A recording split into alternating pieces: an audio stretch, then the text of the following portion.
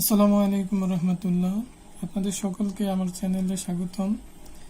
আমরা প্রথম পর্বে নবম দশম শ্রেণীর যে সাধারণ গণিতের প্রথম পর্ব ছিল, সেখানে অমূলদ সংখ্যা আলোচ্য বিষয় থাকলেও আলোচনা করিনি, কারণ অমূলদ সংখ্যার ব্যাপারটা একটু বিশদভাবে বিবরণ দেওয়া লাগে। অনুবণিক সংখ্যার ধারণা এবং সরলকরণ সম্পর্কে আলোচনা করব। তা চলুন শুরু করা যাক। অমূলদ সংখ্যা চেনার উপায়। দশমিকের পরে যদি কোনো সংখ্যার সাথে কোনো সংখ্যার মিল না থাকে, তাহলে সেক্ষেত্রে আমরা সেই সংখ্যাকে অমূলদ সংখ্যা হিসেবে ধরে নিতে পারি। যেমন √2 এর মান 1.4142, তারপরে এরকম করে অগণিত আসতে থাকে। তো ব্যাপার হচ্ছে, এখানে আমরা দশমিকের পর বলেছিলাম যে যদি একটি সংখ্যার সাথে আরেক সংখ্যার কোনো মিল না থাকে, যেমন আরেকটা সংখ্যা যদি বলা যায় যে 1.43205008, এখানে লক্ষ্য করলে যে কোনো সংখ্যার সাথে কোনো সংখ্যার কি নেই, মিল নেই। অতএব এটা একটা কি সংখ্যা? অমূলদ সংখ্যা। আচ্ছা, দশমিকের পর অসীম মান হলে, আমরা মূলদ সংখ্যাতে পড়েছিলাম যে দশমিকের পর যদি সসীম মান হয় তাহলে সেক্ষেত্রে সেটা মূলদ সংখ্যা, কিন্তু দশমিকের পর যদি মান অসীম হয়, অসীম মান হলে সেক্ষেত্রে ওটা কি হবে? অমূলদ সংখ্যা। অর্থাৎ আমরা যদি এভাবে বলি, যেমন 1.73205008 এভাবে চলতেই থাকে, অর্থাৎ এটা থেমে নেই, এটা অসীম আকারে চলতে থাকে, তখন সেক্ষেত্রে এটা কি হবে? অমূলদ সংখ্যা। গতে বলা আছে সকল মৌলিক সংখ্যার বর্গমূল ও ঘনমূল অমূলদ সংখ্যা। সকল মৌলিক সংখ্যার, মৌলিক সংখ্যা নিয়ে আমরা আরেকটি পর্বে আলোচনা করব। তার পূর্বে বলতে হয় যে সকল মৌলিক সংখ্যার বর্গমূল ও ঘনমূল অমূলদ সংখ্যা। আমরা সাধারণত মৌলিক সংখ্যার যদি হিসাব করি, যেমন 2, এটার যদি আমরা কি ধরি? বর্গমূল এবং ঘনমূল। আমরা এমনিতে জানি যে √2 হচ্ছে অমূলদ সংখ্যা, ঠিক তেমনি ভাবে এটার ঘনমূল্য যদি ধরি তাহলে সেক্ষেত্রে এটা কি হবে?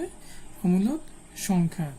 ঠিক এমনই ভাবে আমরা যদি ধরি √3, এখানে ঘনমূল্য এই, অর্থাৎ এগুলো হচ্ছে কি অমূলদ সংখ্যা। ঘ, এখানে বলা হয়েছে পূর্ণ বর্গ নয় যেসব স্বাভাবিক সংখ্যা, অর্থাৎ পূর্ণ বর্গ নয় যেসব স্বাভাবিক সংখ্যা, তাদের মান হচ্ছে অমূলদ সংখ্যা। যেমন √2 এটা পূর্ণবর্গ নয়, √3 পূর্ণবর্গ নয়, তারপর হচ্ছে √5, √6, √7, তারপর হচ্ছে গিয়ে √8, এভাবে আছে। কিন্তু আমরা যদি 9কে রুট করি সেক্ষেত্রে এবার ভিন্ন হয়ে যাবে, অর্থাৎ সেটা একটা কি হবে? মূলদ সংখ্যায় পরিণত হবে। পূর্ণ ঘন নয় এমন সকল স্বাভাবিক সংখ্যাই অমূলদ সংখ্যা, অর্থাৎ পূর্ণ ঘন নয় এমন যে সংখ্যাগুলো রয়েছে, যেমন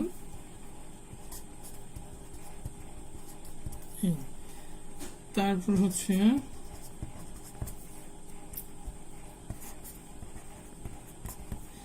আমি প্রথম পর্বের ভিডিওতে বলেছিলাম যে যখনই এইরকম রুটের সাথে বা বর্গমূলের সাথে যখন এখানে কোনো একটা মান যাই আসবে, যেমন এখানে 3 আছে, তখন এই রুটের মান হয়ে যাবে 1/3, অর্থাৎ এই যদি এখানে 4 থাকতো তাহলে 1/4, 5 থাকলে 1/5, এরকম হতো। এগুলো সাধারণত পূর্ণ ঘন নয়। যখনই এরকম কোনো সংখ্যা আসবে সেক্ষেত্রে ওগুলো হবে কি? অমূলদ সংখ্যা। আচ্ছা, তারপর হচ্ছে পাই এর মান অমূলদ সংখ্যা কেন? সাধারণত পায়ের মানটা হচ্ছে 3.14159, এভাবে চলমান। আমরা যদি সাধারণত আমাদের নেওয়া হয় যে 3.14159 1416 এ পর্যন্তই কাউন্ট করা হয়। এই পাইয়ের মানটাও কি হয়? অমূলদ সংখ্যা। পাই সম্পর্কে দু একটা কথা বলতে হয়, তার মধ্যে হচ্ছে গিয়ে পাই আবিষ্কার করেন ভারতের আর্যভট্ট।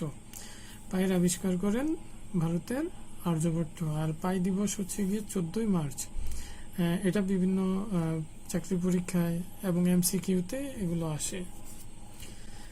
নাম্বার 6, ছতে বলা আছে পাওয়ার যদি ভগ্নাংশ হয় তবে তো অমূলদ সংখ্যা। পাওয়ারটা কি হবে? যদি ভগ্নাংশ হয় তাহলে সেটা কিসে পরিণত হবে? অমূলদ সংখ্যা হয়ে যাবে। যেমন আমরা যদি এভাবে লিখি, হ্যাঁ, যেমন 12, এটাকে আমরা যদি বিশ্লেষণ করি তাহলে মান দাঁড়াচ্ছে 1/3। ঠিক তেমনইভাবে আমরা যদি এভাবে লিখি 13, এটাকে বিশ্লেষণ করলে অর্থাৎ মান যদি ভগ্নাংশ আসে, যেমন আমরা যদি এটাও লিখি যে এখানে 4, তাহলে এটারও মান আসবে কি?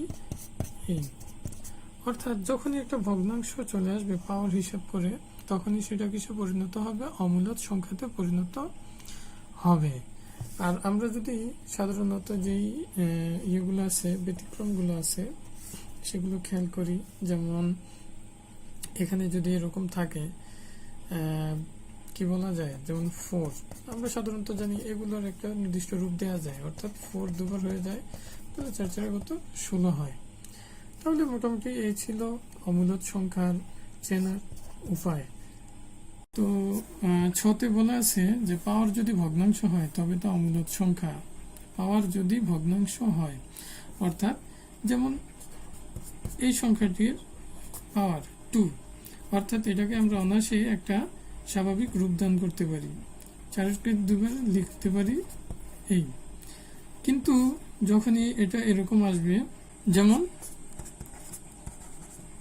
আমরা যদি একে স্বাভাবিক রূপ দিতে যাই তাহলে 12, আমি আগে বলেছি এখানে যা থাকবে তাই মান চলে আসবে, অর্থাৎ এখানে কোনো একটি স্বাভাবিক কোনো প্রসেস নাই, অর্থাৎ এখানে হচ্ছে গিয়ে একটু ভগ্নাংশ চলে আসছে, তাহলে এটা কি হবে? একটি অমূলদ সংখ্যা।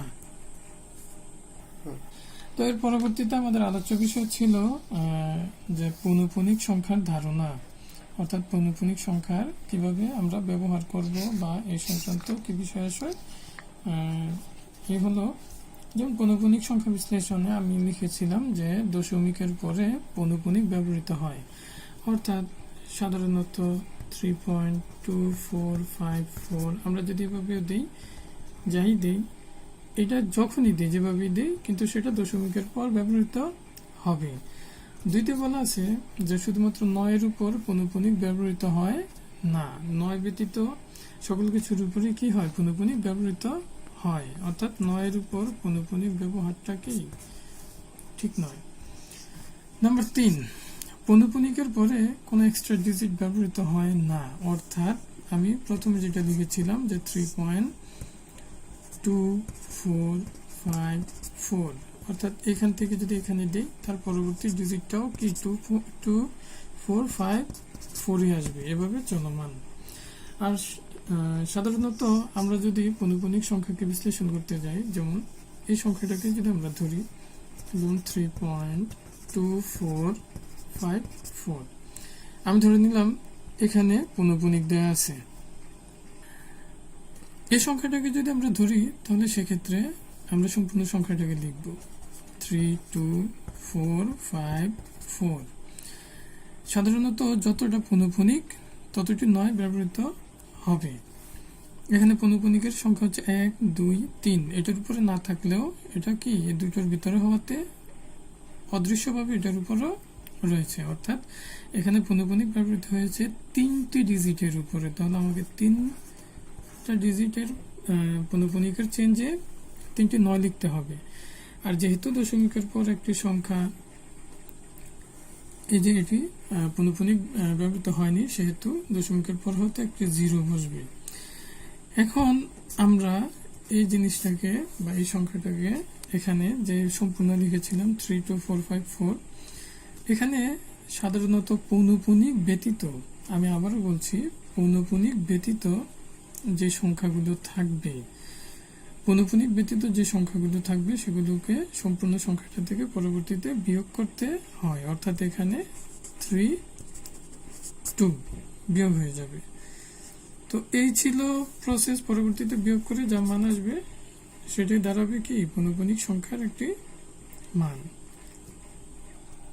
আমরা যদি আবার এখানে লিখি যে 3.245 অর্থাৎ আমরা আগে পূর্বের ইয়েতে পৌনঃপুনিক ব্যবহার করেছিলাম 4 এর উপরে। এখন যদি আমরা পৌনঃপুনিকের ব্যবহারটা করি শুধু 5 আর 4 এর উপরে, তখন সেক্ষেত্রেও আমরা সম্পূর্ণ সংখ্যাটাকে লিখব 32454, অর্থাৎ এখানে পৌনঃপুনিক বিহীন আছে 24 এবং 3, অর্থাৎ আমার 324 এই সংখ্যাগুলো এগুলো থেকে কি হয়ে যাবে বিয়োগ হয়ে যাবে। আর আমি পূর্বে বলেছিলাম যতটা পৌনঃপুনিক ততটা নয়, যতটা পৌনঃপুনিক ততটা নয় বসবে। আর যেহেতু দশমিকের পর দুটো সংখ্যার উপরে পৌনঃপুনিক নেই সেহেতু আমার দুটো 0 চলে আসবে, তারপর বিয়োগ করলে যা মান দাঁড়াবে সেটা পৌনঃপুনিকের মান হয়ে যাবে। নাম্বার 3 ছিল সরলকরণ। সরল করার জন্য যে নিয়মাবলী আমরা ফলো করব তার মধ্যে হচ্ছে গিয়ে কি বদমাশকে ফলো করব।